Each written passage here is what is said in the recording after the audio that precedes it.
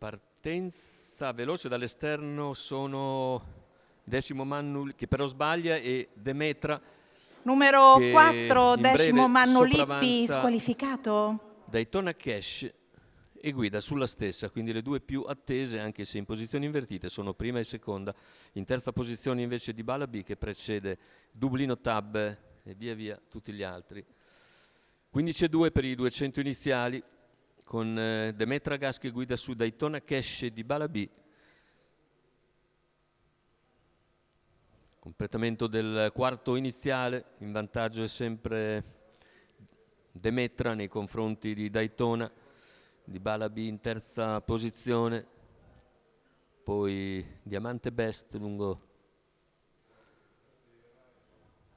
percorsi esterne. Esce però al largo Dybala B dopo i 646 scarsi. La progressione di Dybala B che avvicina la leader Demetra Gas al passaggio degli 800 metri, percorsi esterne anche il numero 10 Diamante Best, che è stato anticipato proprio da Dybala, poi anche Drive Jet. Intanto se ne vanno i primi 800 metri di gara e il chilometro è completato nell'ordine dell'1:16:3 con Dybala che attacca Demetra Gas, o cerca comunque di rimanere al suo fianco. A 500 dalla conclusione, a contatto rimane il favorito Daytona Cash.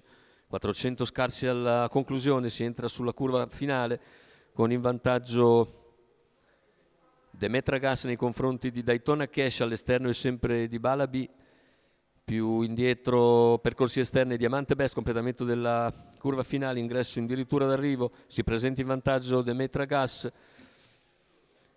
Demetra in vantaggio, Daytona che scatta all'interno, Demetra si difende, Daytona ci prova sul palo, però è ancora Demetra Gas che controlla il tentativo interno di Daytona Cash.